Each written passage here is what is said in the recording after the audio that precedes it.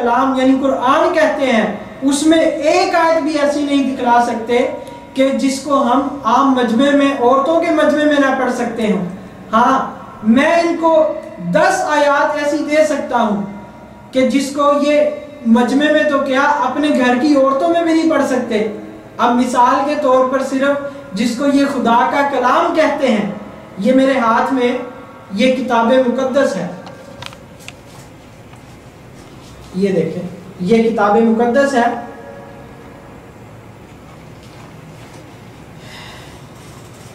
اس میں ایک کتاب ہے 1 سموئیل، اس کا باب نمبر 18 ہے اور آیت نمبر 26 ہے۔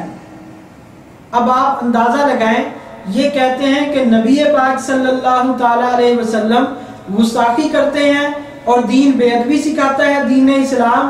اب میں یہ کہتا ہوں کہ اصل میں یہ جو بے ادبی ہے اور یہ جو گستاخی ہے، ان کی بائبل سکھلاتی ہے، اور عام انسان کی گستاخی نہیں۔ انبیاء کرام علیہ السلام کی گستاخی ان کی بائبل سکھاتی ہے۔ وہ تو کہتی ہے کہ انبیاء گستاخی کر سکتے ہیں، انبیاء گناہ کر سکتے ہیں اور انبیاء سے گناہ ہوتا ہے، جبکہ ان کی بائبل یہی تعلیم دے رہی ہے کہ بڑے بڑے نبیوں نے گناہ کیے ہیں، تو ان کے ہاں یہ تصور ہے کہ انبیاء گناہ کرتے ہیں، تو یہ گستاخی تو ان کی بائبل ہی سکھاتی ہے کہ گستاخی کرنی ہے، وہ چاہے اپنا نبی ہو چاہے کسی کا نبی ہو، تو یہ اپنی تعلیمات سے بیچارے مجبور ہیں۔ اب یہ دوسروں کے گھروں میں گستاخیاں تلاش کر سکتے ہیں، لیکن یہ قیامت تک عاجز ہے جناب رسول اللہ صلی اللہ تعالیٰ علیہ وسلم کی ذات اقدس پر ایک سیاہی کا تنکا تک ثابت نہیں کر سکتے۔ یہ پورے وثوق سے میں اس بات کو کہتا ہوں کہ جناب رسول پاک صلی اللہ تعالیٰ علیہ وسلم کی ذات بالکل معصوم ہے۔ نبی پاک صلی اللہ تعالیٰ علیہ وسلم نے نہ کبھی گناہ صغیرہ کیا ہے، نہ ہی کبھی گناہ کبیرہ کیا ہے، وہ معصوم ہے، وہ اللہ کی حفاظت میں ہے، اور نہ ہی کبھی نبی پاک صلی اللہ تعالیٰ علیہ وسلم نے کسی کو بے ادبی سکھائی ہے، اور نہ ہی آقا کریم علیہ السلام نے کسی کی بے ادبی کی ہے۔ تو اب اس کی میں باب نمبر 18 اور آیت نمبر 26 ہے، اس میں آپ کو اس کا خلاصہ بتاتا ہوں کہ داؤد علیہ السلام کو بادشاہ نے، جس کو طالوت کہتے ہیں، اور ان کی کتاب میں انہوں نے ساؤل لکھا ہوا ہے، طالوت نے کہا داؤد علیہ السلام کو کہ میں اپنی بیٹی کا نکاح تجھ سے اس شرط پر کروں گا کہ حق مہر میں مجھے 100 فلسطینیوں کے ذکر کے جو اگلا حصہ ہوتا ہے، جس کو ختنے میں کاٹ دیا جاتا ہے، وہ تم مجھے لا کر دو گے۔ تو داؤد علیہ السلام اٹھے اور وہاں اپنے ساتھیوں کو لے کر گئے، 100 کی بجائے وہ 200 فلسطینیوں کے جو ذکر کا جو اگلا حصہ ہوتا ہے اس کو کاٹ کر لے کر آئے، اور یوں اس نے گن گن کر دیے، 1 2 3 4 پورے 200 شمار کیے۔ اب مجھے یہ بتائیں کہ اب یہ بڑا ادب ہے؟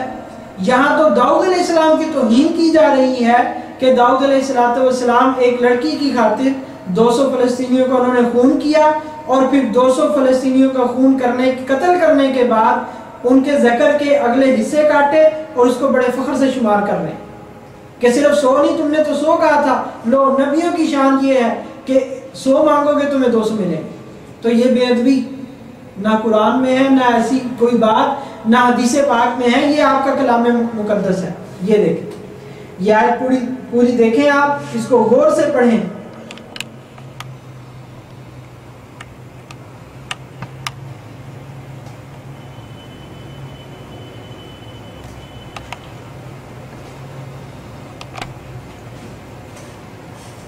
اب میں آپ کو لفظ با لفظ پڑھ کے سنا دیتا ہوں۔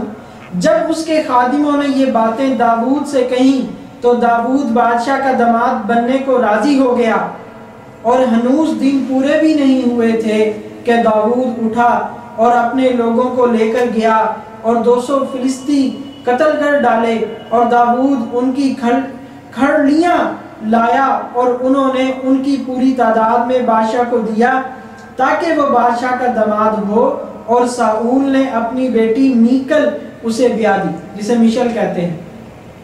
تو یہ آپ کے سامنے میں نے پڑھ دیا ہے۔ اب اس کے بعد میں یہ کتاب مقدس ہے، یہ آپ دیکھ رہے ہیں۔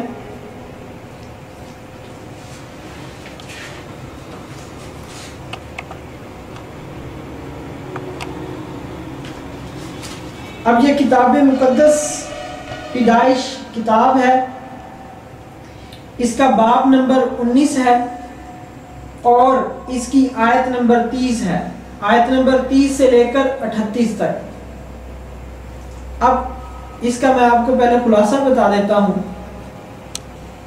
خلاصہ یہ ہے کہ حضرت لوط علیہ السلام اپنے شہر سے نکلے اور ایک پہاڑی پر جا بسے۔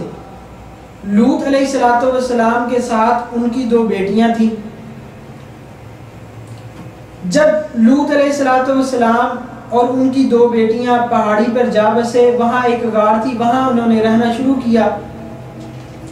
لوط علیہ السلام لیٹے ہوئے تھے اور لوط علیہ السلام کی دونوں بیٹیوں نے آپس میں مشورہ کیا اور بات چیت کی اور کہنے لگی کہ پوری دنیا میں کوئی ایسا مرد نہیں ہے جو دستور کے مطابق ہمارے حقوق کو پورا کر سکے۔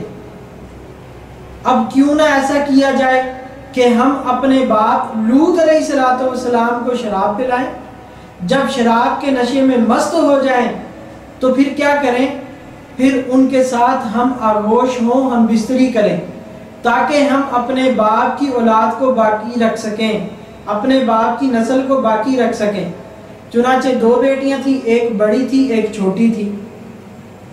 تو پہلے دن کیا ہوا، انہوں نے اسی رات اپنے باپ کو میں پلائی، میں پلانے کے بعد بڑی بیٹی اس کے ساتھ ہم آغوش ہوئی، ہم بستری کی، اور جب دوسرا دن ہوا، دوسرے دن بھی اس نے ان 2 بہنوں نے یہی مشورہ کیا کہ آج کے دن بھی ہم یوں ہی کرتے ہیں۔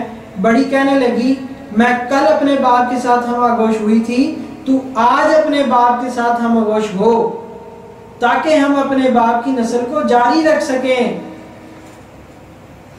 دوسرے دن شراب پلائی اور اس کی چھوٹی بیٹی ینگر بیٹی، انگلش میں لکھا ہے ینگر، اب جب لوط علیہ السلام کو ملی، دونوں مل لیا۔ اب آگے کیا لکھا ہے، آگے لکھا ہے لوط علیہ السلام نے جب اپنی دونوں بیٹیوں سے سیکس کیا، زنا کیا، تو دونوں بیٹیاں حاملہ ہو گئیں، دونوں بیٹیاں حاملہ ہو گئیں اور دونوں سے ایک بیٹا ہوا، یعنی 2 بیٹے ہوئے، ایک بڑی بیٹی سے ایک چھوٹی بیٹی سے۔ ایک کا نام مؤاب رکھا، ایک کا نام مؤاب رکھا، جس کی نسل ابھی تک جاری ہے، جس کو یہ نہ لکھا جس کو مؤابیوں کہتے ہیں، جو اس کی نسل سے ہیں اس کو مؤابی کہتے ہیں۔ اور ایک کا نام بن عمی رکھا اور وہی بن عمون کہلاتے ہیں۔ اب مجھے یہ بتلائیں کہ یہ آپ کی کلام مقدس ہے، اس کو مقدس کہہ سکتے ہیں؟ جو توہین انبیاء علیہ السلام کی سکھلائے، تو جس کتاب نے آپ کو سکھلائے یہی ہے کہ گستاخی کرنی ہے، چاہے آپ اپنا نبی ہو چاہے کسی کا نبی ہو، تو آپ نے گستاخی کرنی ہے۔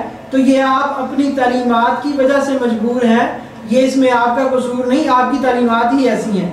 اگر آپ بھی مسلمان ہوتے تو یقیناً آپ کسی نبی کی، کسی ولی کی بھی بیعت بھی نہ کرتے، کیونکہ ہمیں تو اللہ کے نبی صلی اللہ علیہ وسلم نے یہ فرمایا تھا انزل الناس منازلہم، کہ لوگوں کو ان کے مقام اور مرتبے پر رکھا کرو، جو ان کا مقام اور مرتبہ ہے اس کے مطابق ان کے ساتھ معاملہ کیا کرو، اور کسی کی بیعت بھی کسی صورت میں بھی شریعت اسلامیہ میں جائز نہیں ہے۔ اب کیونکہ میری اس تقریر اور میری اس نشست کا جو مخاطب ہے وہ سمیع ہے، اب میں اس سے یہ بات کہتا ہوں کہ اس کو تم کلام مقدس مانتے ہو، جس کے نام کا بپتسمہ بھی تم لیتے ہو، اب اس خدا کے کلام کا بقول تمہارے کہ یہ خدا عیسیٰ مسیح ایک ہی ہے، تو گویا کہ یہ کلام جو خدا کا بھی ہوا، روح القدس کا بھی ہوا اور مسیح علیہ السلام کا بھی ہوا، تو تمہارے مسیح علیہ السلام تمہیں یہ بات سکھلا رہے ہیں۔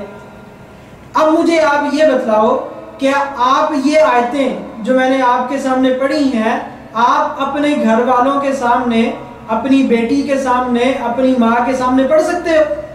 اگر تم نہیں پڑھ سکتے تو سمجھ لو یہ خدا کا کلام نہیں ہے، یہ مسیح علیہ الصلوۃ والسلام کا کلام نہیں ہے، اور نہ ہی یہ اللہ جل جلالہ کا کلام ہے۔ ان اللہ لا یأمر بالفحشاء والمنکر، کہ اللہ تعالیٰ فحش باتوں کا حکم نہیں دیتے، اللہ فحش باتوں کو پسند نہیں کرتے، بلکہ وہ لوگ جو یہ چاہتے ہیں ان تشیع الفاحشۃ فی الذین آمنوا، کہ ایمان والوں میں فحش پھیلے، تو ان کے لیے اللہ تبارک و تعالیٰ فرما رہے ہیں کہ ان کے لیے دردناک عذاب ہے۔ تو جب آپ یہ نہیں پڑھ سکتے تو اس کے باوجود کہ آپ نے بہت بڑی گستاخی کی ہے، ہم آپ کو بھی اسلام کی دعوت دیتے ہیں اور تمام کرسچن بھائیوں کو اسلام کی دعوت دیتے ہیں کہ جو مذہب حق ہے، جو ادب والا مذہب ہے، یہاں تک کہ عیسائی رائٹر نے بھی نبی پاک صلی اللہ تعالی علیہ وسلم کی سیرت پر بہت کچھ لکھا ہے۔ اگر آپ مطالعہ کرنا چاہیں تو آپ کو آپ کی کتابیں مل سکتی ہیں، کوئی مشکل نہیں ہے، مارکیٹ میں موجود ہیں، کہ نبی پاک صلی اللہ تعالی علیہ وسلم غیروں کی نظر میں کیا ہے، عیسائیوں نے کیا لکھا ہے، یہودی اسکالروں نے کیا لکھا ہے، اور دیگر مذاہب کے جو پڑھے لکھا طبقہ ہے انہوں نے جناب رسول اللہ صلی اللہ علیہ وسلم کے بارے میں کیا لکھا ہے۔ آج تک پوری دنیا ان چیزوں کو نبی پاک صلی اللہ علیہ وسلم کے متعلق کسی بے ادبی کو، گستاخی کو لانے سے عاجز ہے۔ وَلَوْ كَانَ بَعْضُهُمْ لِبَعْضٍ ظَهِيرًا، اگرچہ بعض کے لیے مددگار ہو جائے، جناب رسول اللہ صلی اللہ علیہ وسلم کی ذات پر کوئی کیچڑ نہیں اچھال سکتا۔ اللہ جل جلالہ نے ان کی حفاظت کی ہے اور قیامت تک اللہ پاک ان کی حفاظت فرمائیں گے۔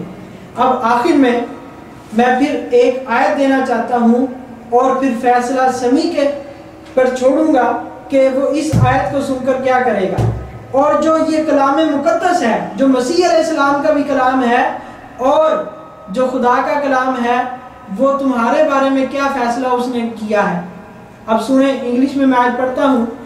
آپ کی کتاب مقدس سے، جس کو آپ کتاب مقدس کہتے تھے آج سے پہلے، آج کے بعد پتہ نہیں آپ کہیں گے یا نہیں کہیں گے، مجھے اس کا نہیں پتا۔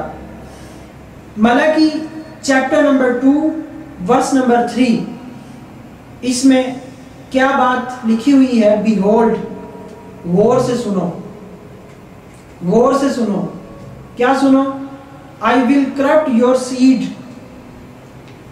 اللہ تعالیٰ فرما رہے ہیں کہ میں تمہاری نسلوں کو تباہ و برباد کر دوں گا۔ and spread dung upon your faces، اب اس کا ترجمہ میں اگر پنجابی میں کروں تو آپ کو پتہ چل جائے کہ اس کا ترجمہ کیا ہے۔ اور کیا کہہ رہے ہیں؟ میں تمہاری نسلوں کو تباہ کر دوں گا اور میں تمہارے پخانوں کو تمہارے منہ پر مل دوں گا۔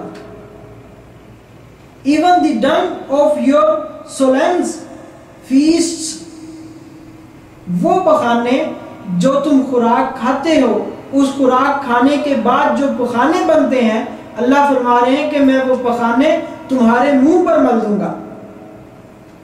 اب یہ کن کو خطاب ہے؟ یہ اس وقت کے بقول آپ کے جو اہل علم طبقہ تھا، جو اہل اللہ طبقہ تھا، جو احبار تھے، جو بڑے، جس میں نیک لوگ متقی آتے ہیں۔ آپ کے یہاں تو خیر نبی بھی متقی نہیں ہے، تو بہرحال ان تمام کو یہ خطاب ہے کہ میں جو کھانا تم کھاتے ہو اور اس سے جو پخانہ بنتا ہے وہ میں تمہارے منہ پر مل دوں گا۔ اب آپ کے لیے بھی لمحہ فکریہ ہے، آپ توبہ کریں، ورنہ ایسا نہ ہو کہ یہ معاملہ آپ کے ساتھ بھی ہو جائے۔ وآخر دعوانا ان الحمد للہ رب العالمین۔